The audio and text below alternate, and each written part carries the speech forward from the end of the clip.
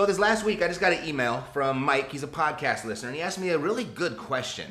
Really simple, basic question, but it's really good because if you get this wrong, you know, your entire real estate investing could just go right down the toilet, and we don't want that. So I wanted to address this with everybody because you might have the same question as well. Mike had asked me, listening to the last podcast, I have a question. What do you mean by going deep before going wide?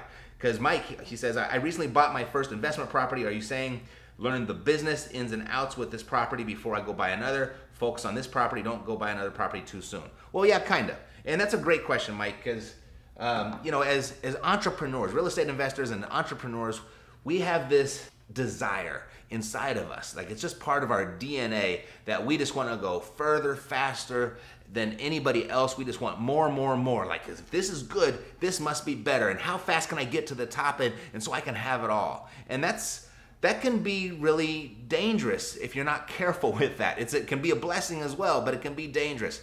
The other part about us as entrepreneurs is we look at everything kind of as an opportunity. And when these different opportunities come along, like, we have this fear of missing out. Like, well, what if that's going to be good, or what that's going to be the winner, or what this is going to be more profitable? So we end up saying yes to all these little opportunities and all these deals that come our way. And what happens is our attention, it starts to get dispersed over all these different opportunities, and that our attention, it gets wider and wider and wider. And that's a really scary place to be if you didn't do it right up front. So when I say go deep, I'm talking about basically doing it right the first time before you go take a second stab at it. So for example, with your property, Mike, I'd make sure that the property is in good condition. Everything is functional, everything is working, everything is safe, everything is up to code. Just make sure it's a really good, solid property. Then you want to go out and find a really good, solid tenant. I mean, do almost as much due diligence, within reason, of course, but do as much due diligence on the tenant as you did the property itself, all right? Because you want that to be a good, stable, good paying tenant that's going to cause that property to perform for you. And then you want, whether you're managing the property yourself or you're having somebody else manage it for you, you want to make sure that you get all of those systems in place, or your property manager has those systems in place so that it's running as passively as it possibly can. Like, no piece of property is ever 100% passive. It involves people, it involves houses, and things happen, and you're going to have to get involved here and there every once in a while. But you want to make sure that all the systems are in place so the property is running in the way that you had expected it to when you purchased it right up front, right? Because if you don't have good systems in place with one property, with one deal, by adding a second is not going to make it any better. It's actually going to go the other direction. And the more you add without the good solid systems in place, without the good people in place, without the good tenant in place, without the good property in place, you know, real estate investing can actually get rather unfun. It can become a miserable experience if you don't do that right and if you go wide too fast. So definitely, with that first property, just get it performing the way you want it to before you get the second one. Second is look at your teams. Like, you've got contractors and you've got realtors and you've got property managers.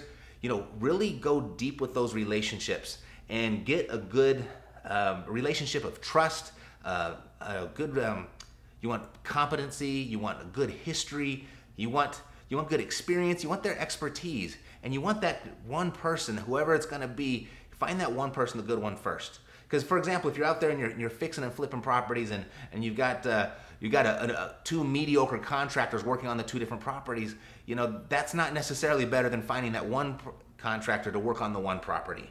Okay, so if you go wide too fast that way with your teams, that can become a lot of problems as well. Third thing would be to go deep on your actual market. So Mike, if your property's in a specific market, well, obviously it is, just make sure that you understand that market and the nuances of that market. Because real estate, it's all about location, right? You've heard that before. Location, location, location. It's all about location, and that doesn't have to do with the value. It has to do with the performance of the property as well. So little nuances, local knowledge, get to know the area, you know, get to know where the dangerous places are, what to do, what not to do, where the school systems are good, and just where the streets are safe, and where the tenants are employed, and all that. Just get to know the market really quickly before you go out into another market. Fourth thing would be asset class. So now you've got a single family residence. and now you're gonna go jump into multifamily. And then you heard somebody else was having a really good time flipping land, so you would go over to flip the land. And then you heard about the storage facilities, and then you heard about the mobile home parks. And you start going all over the place and have all these different asset classes. And that's okay. It's okay to diversify in that fashion, but make sure that you really understand how your single family house works first before trying an additional asset class. And if you go into something like mobile home parks, I mean, that's like a business within a business. That is almost could be like a business within a business within a business. So there's a lot of nuances there. So I want you, if that were your second choice, I'd want you to go deep there.